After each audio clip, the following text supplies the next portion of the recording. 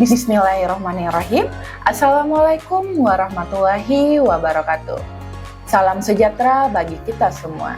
Perkenalkan, nama saya Bidan Kiki Rizkyanti Nanda, SST MCAP, salah satu dosen tetap program studi Sarjana Kebidanan, Fakultas Ilmu Kesehatan Institut Ilmu Kesehatan Pelamonia Kesdam 14 Hasanuddin. Bidang ilmu saya yang saya tekuni adalah kebidanan. Latar belakang pendidikan saya yaitu D3 Kebidanan, melanjutkan D4 Bidan Pendidik, kemudian melanjutkan di program Sarjana Ilmu Kebidanan. Pada kesempatan kali ini, saya akan menyampaikan pernyataan diri dosen saya dalam unjuk kerja Tridharma Perguruan Tinggi atau PDD UKT-PT, khususnya di bidang pengajaran pada mata kuliah Asuhan Kebidanan.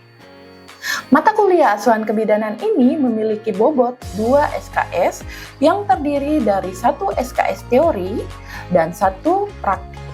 Sebagai salah satu mata kuliah wajib pada Prodi S1 Kebidanan di semester 1, pertemuan pada mata kuliah ini dibawakan sebanyak 16 kali pertemuan yang berupa 14 kali tatap muka, 1 kali ujian tengah semester, dan 1 kali ujian akhir semester. Pada mata kuliah ini, saya akan diberikan tanggung jawab sebagai dosen koordinator pada tim teaching yang mengampu pertemuan pertama sampai pertemuan keempat. Deskripsi mata kuliah ini membahas tentang prinsip asuhan kebidanan yang holistik, pendekatan dalam asuhan, langkah-langkah manajemen asuhan kebidanan, dokumentasi asuhan kebidanan, sejarah perkembangan perempuan, pengenalan perempuan dalam kajian multiperspektif, serta hak-hak perempuan dan anak, peran dan status perempuan dalam kehidupan keluarga, masyarakat, dan negara, dan membangun peradaban manusia program pemberdayaan perempuan dalam multidimensional dan lintas sektoral. Isu gender dalam kehidupan perempuan, kajian gender dalam pelayanan kebidanan, dan kesehatan. Dampak ketidaksetaraan sosial pada kesehatan perempuan, identifikasi deteksi dini kegawat daruratan asuhan kebidanan, dan mengimplementasikan asuhan kebidanan dalam situasi krisis kesehatan.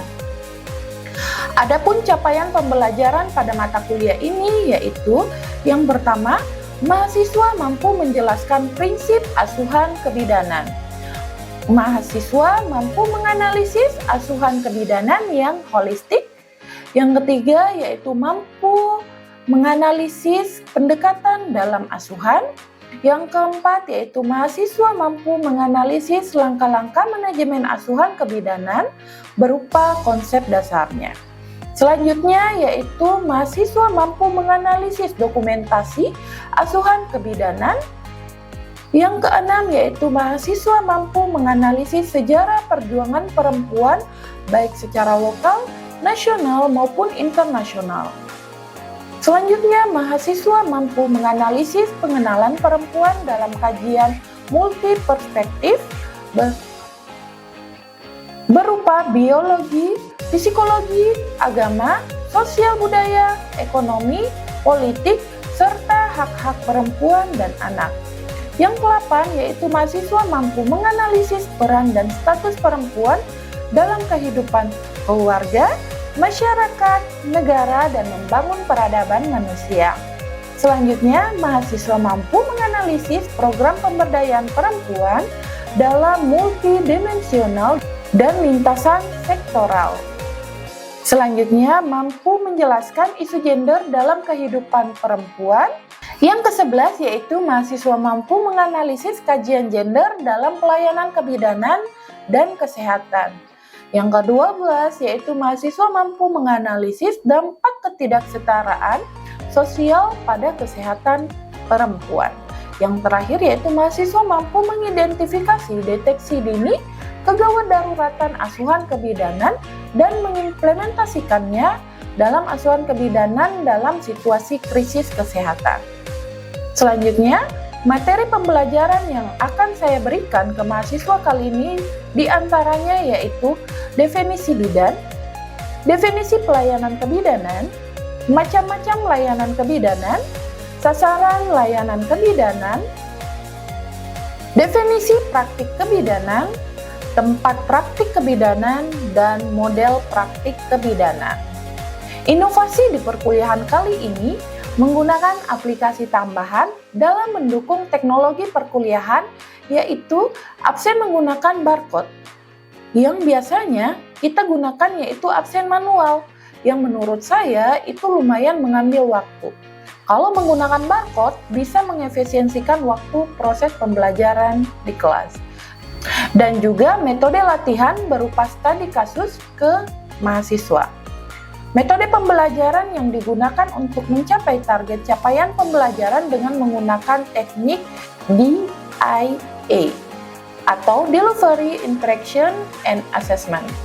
Delivery merupakan upaya yang dilakukan untuk membantu capaian pembelajaran tercapainya melalui bahan kajian dengan menyiapkan bahan ajar berupa presentasi yang bersumber dari buku ajar, buku referensi, modul ajar, dan jurnal terkait pembelajaran guna mendukung proses pembelajaran baik di kelas maupun mahasiswa belajar mandiri di rumah. Selanjutnya, interaction merupakan upaya interaksi antara dosen dan mahasiswa dalam proses pembelajaran.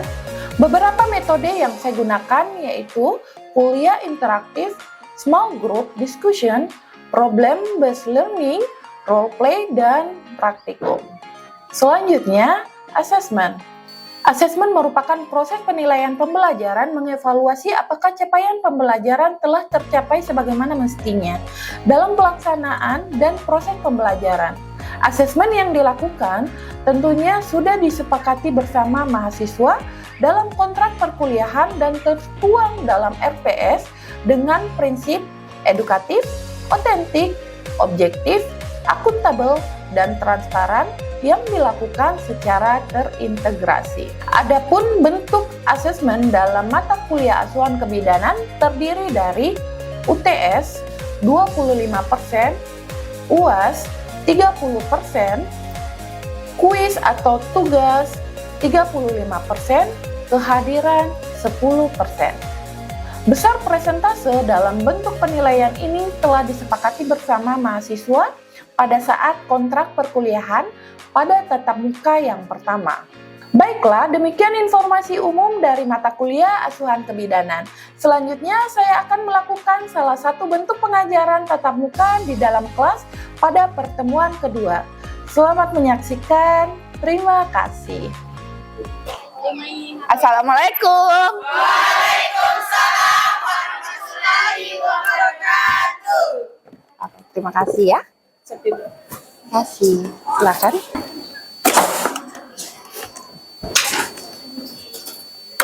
Perhatian. Siap. Duduk siap. Gerak.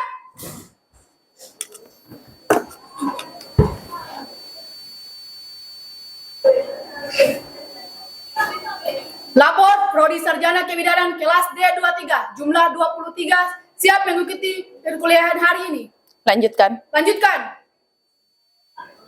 Istirahat di tempat. Gerak. Siap. Terima kasih. Oke, baik. Assalamualaikum warahmatullahi wabarakatuh. Waalaikumsalam warahmatullahi wabarakatuh. Siap untuk perkuliahan hari ini? Siap, Ibu. Semangat? Siap, Ibu. Oke.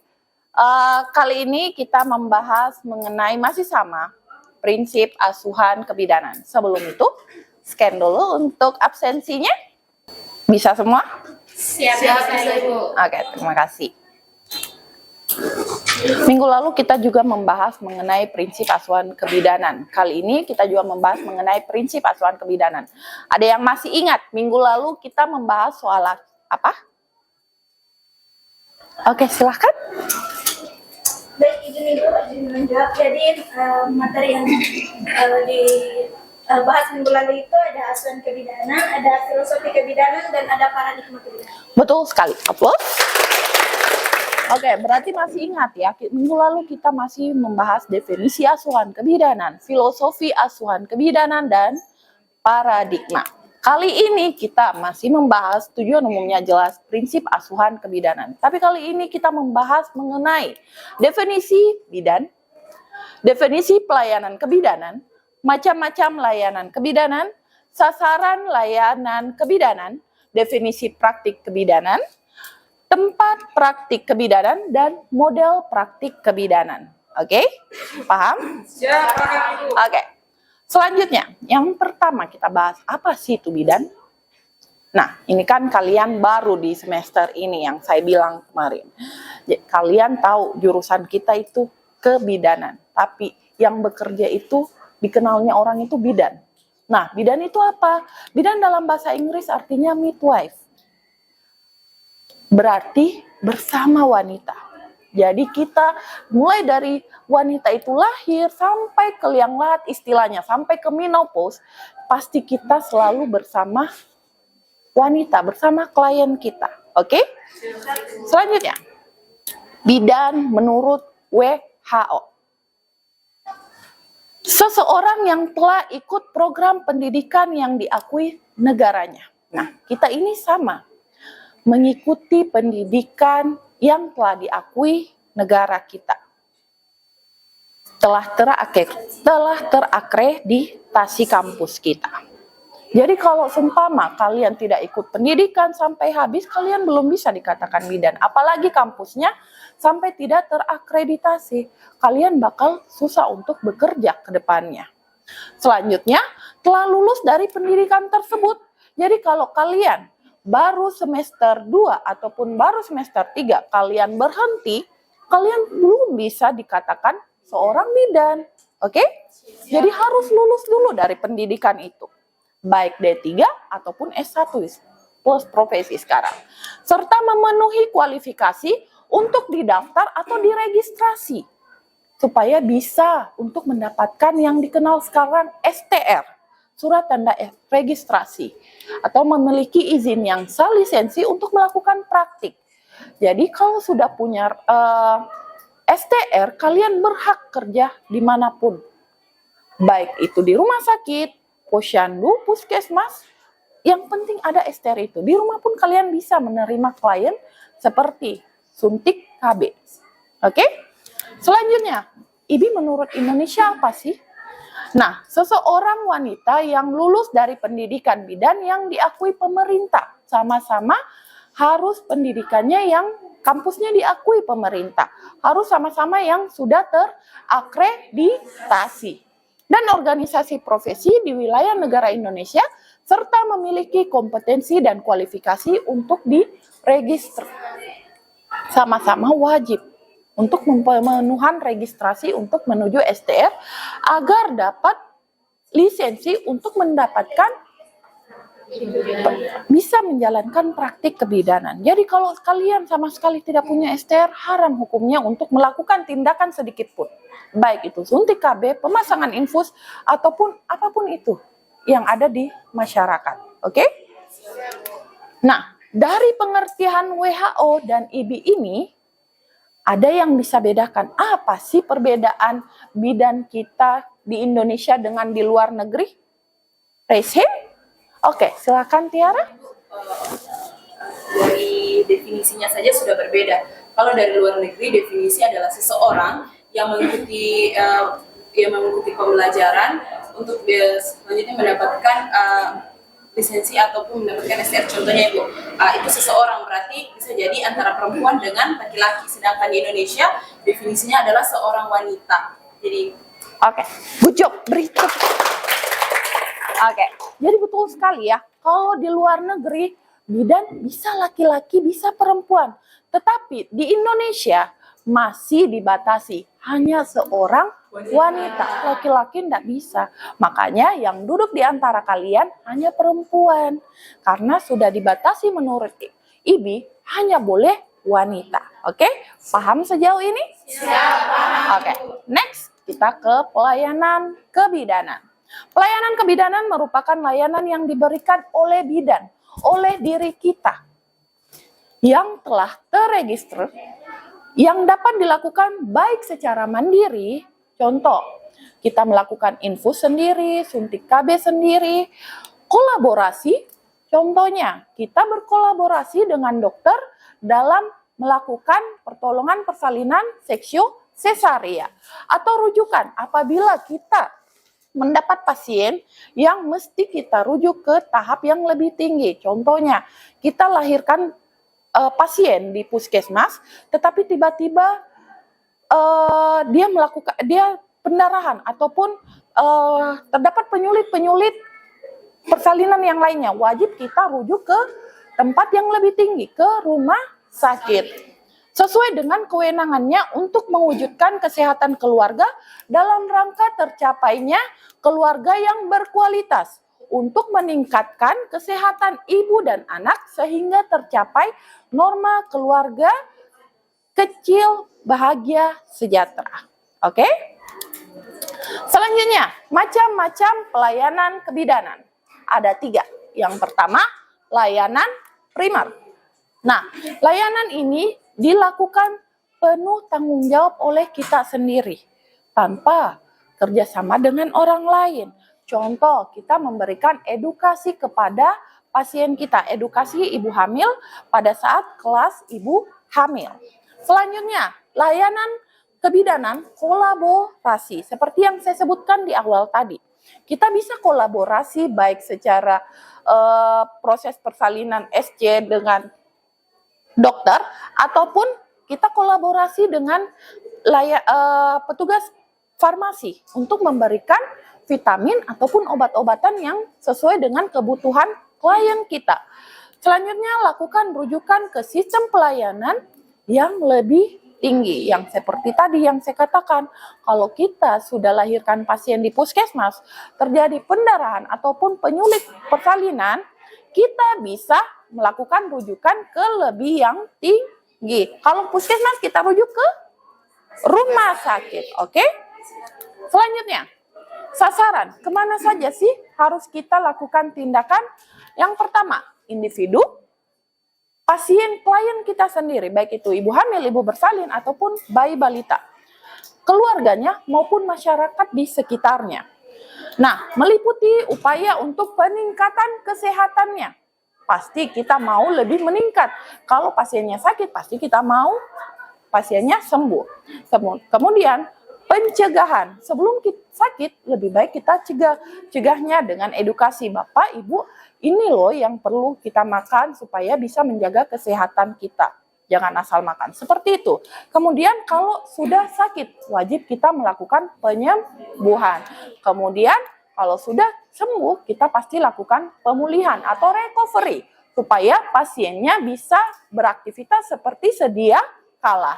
Nah, apa saja anak-anak perempuan, remaja putri, wanita usia subur, wanita hamil, ibu bersalin, ibu menyusui, bayi baru lahir, bayi dan balita, ibu atau wanita dengan sistem reproduksi, baik itu yang normal apabila ada keluhannya keputihan atau mau melakukan pap smear, seperti itu wajib kita lakukan pelayanan juga. Kemudian ibu menopause yang saya bilang dari awal. Nah, pasien kita itu mulai dia lahir perempuan sampai dia menopause. Oke? Nah, sebelum kita ke praktik kebidanan, ada yang mau ditanyakan? Oke, silakan. Jadi Bu, izin bertanya, apa perbedaan bidan dengan dukun beranak? Padahal dukun beranak ini sama-sama bisa membantu persalinan. Oke, terima kasih. Beri aplaus. Nah, dukun dan bidan itu jelas bedanya. Kenapa? Walaupun dukun ini sudah terlatih untuk melahirkan, sebelum-sebelumnya, kan itu dukun kan banyak pengalaman. Sedangkan bidan ini, apalagi bidan-bidan baru, next time kalian pasti baru berproses. Nah, yang membedakan itu kalian punya ilmunya. Kalian tahu, oh kalau begini, pembukaan begini itu belum bisa lahir. Belum bisa dipimpin persalinan. Beda hal dengan dukun.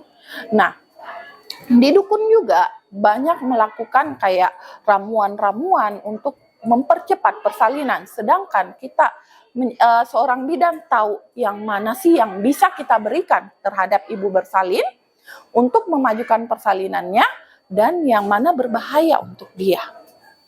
Oke? Itu mulai dari rumput Fatima, padahal itu rumput Fatima kan bisa membahayakan ibu dan janin. Kenapa? Semakin kuat dia berkontraksi tanpa kendali bisa merobek persalinan. Sedangkan dukun-dukun itu kebanyakan, apalagi kalau kliennya, pasiennya itu mengeluh, kenapa belum sakit-sakit kurasa. Nah, biasanya diberi rumput Fatima. Sedangkan kita yang punya ilmu, kita tahu penelitiannya bahwa rumput Fatima ini sangat berbahaya terhadap ibu bersalin ini, terhadap klien kita, karena bisa membunuh ibunya, bisa membunuh bayinya yang akan lahir. Oke?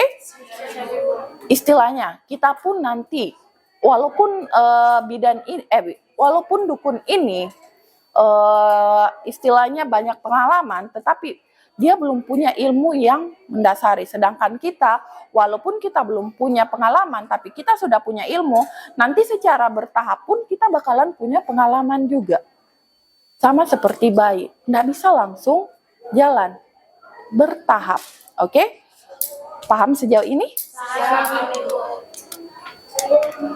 Oke, kemudian kita masuk praktik kebidanan. Praktik kebidanan adalah kegiatan pemberian pelayanan yang dilakukan oleh bidan dalam bentuk asuhan. Tadi pelayanan sudah kita berikan contohnya. Contoh kelas ibu hamil, membantu persalinan. Nah, kemudian kita masuk di mana kita bisa melakukan pelayanan kebidanan itu. Ini nih tempatnya, praktik kebidanan. Nah, pengawasan dilakukan di posyandu. Contoh di posyandu, Raisen, kegiatan apa yang ada di posyandu? Silakan. Oke, imunisasi, beri aplaus. Pendidikan kesehatan keluarga, contohnya edukasi, tanda bahaya kehamilan, dan masyarakat. Kemudian model asuhan berdasarkan kenyataan bahwa kehamilan bersalin adalah peristiwa yang normal. Ada yang berkata bahwa kehamilan itu nanti mau lahiran baru besar perutnya. Ada juga yang ibunya mau hamil tapi tidak mau besar perutnya. Nah, inilah posisi kita menjadi seorang bidan untuk memberi edukasi. Ibu, janin yang ada di dalam perut ibu itu tiap minggu, tiap bulannya bakalan berkembang. Makanya dia pasti membesar. Itu proses alami. Itu normal ibu. Kalau ibu takut gendut, ibu takut membesar badannya, nanti ibu bisa diet dengan sendirinya kalau sudah lahiran. Kasihan kalau bayinya ibu mau segitu-gitu saja. Oke? Begitu juga dengan bersalin. Ada di beberapa daerah, khususnya di kota kita, Makassar, yang beranggapan nanti kalau dia bersalin, keluar dari vaginanya ini, bayi yang keluar dari vaginanya ini baru ditiup angin, baru dia membesar. Ada kan? Di daerah-daerah kalian beranggapan kalau bayi yang ada di dalam rahim kita itu pada saat mau keluar itu masih kecil. Kayak istilahnya kayak pulpen. Nanti keluar dari vagina ketiup angin baru membesar. Padahal kenyataannya ini yang perlu kita luruskan. Ini yang perlu kita berikan edukasi terhadap pasien kita, apalagi di masyarakat. Bahwa bayi yang akan lahir ke vagina itu betul-betul kepala yang membesar seperti ini, betul-betul keluarnya seperti itu. Kenapa saya katakan seperti itu? Karena vagina ini dia elastis, kayak balon. Semakin dia yang besarnya seperti ini mau keluar, seperti itu juga vaginanya bakalan membuka. Oke? Dia bakalan keluar, membuka ini vagina, yang awalnya kecil seperti ini, dia akan membesar untuk melahirkan bayi ini. Oke? Dia vaginanya bakalan keluar seperti ini. Perlahan-lahan dia bakalan lahir. Untuk melahirkan seluruh organ tubuhnya. Pada saat keluar bayinya, dia bakalan mengecil sedikit demi sedikit dan berevolusi sampai masa nifas selesai. dan kembali ke vagina sebelum dia hamil. Oke? Paham? Jadi bukan lagi ya, pada saat lahiran, vagina sekecil ini tidak bisa mengeluarkan bayi. Nanti katanya besar kalau ketiup angin. Jadi perlu kita luruskan bahwa betul-betul bayi yang keluar segede itu juga yang keluar lewat vagina. Vaginanya yang elastis. Oke, paham sejauh ini? Oke, kita next. Asuhan termasuk asuhan fisik berupa imunisasi, kemudian psiko. Kalau pasiennya lagi ada masalah, wajib kita beri edukasi juga, pendekatan juga. Apa sih, Bu? Karena bukan hanya fisiknya saja, psikologisnya juga seorang klien kita wajib kita berikan asuhan.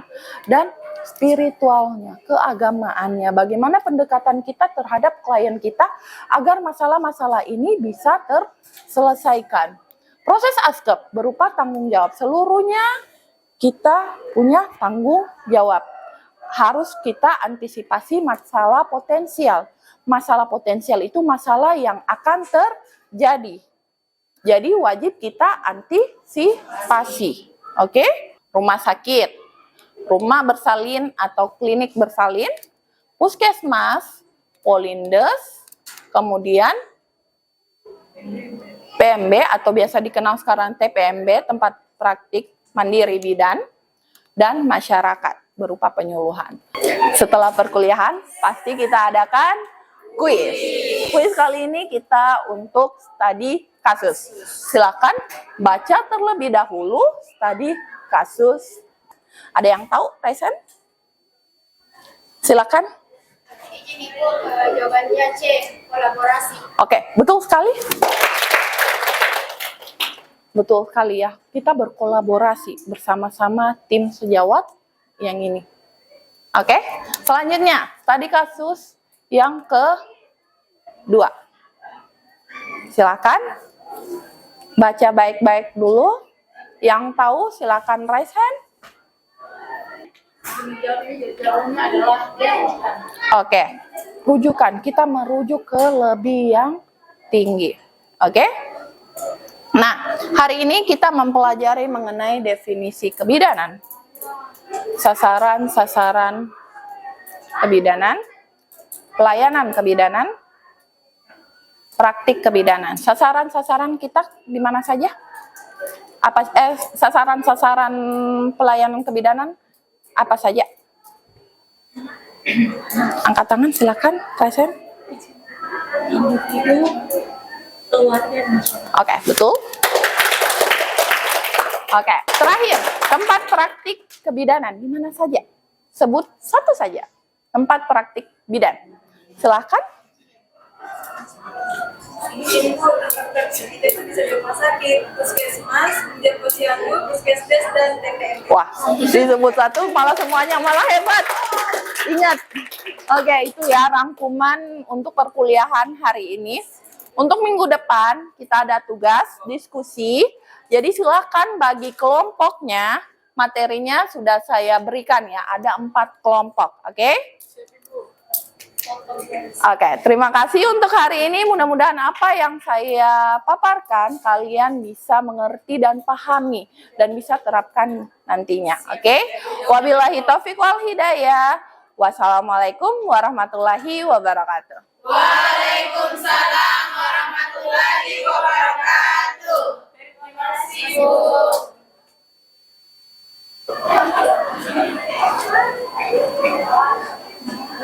Perhatian. Siap. Duduk siap, gerak.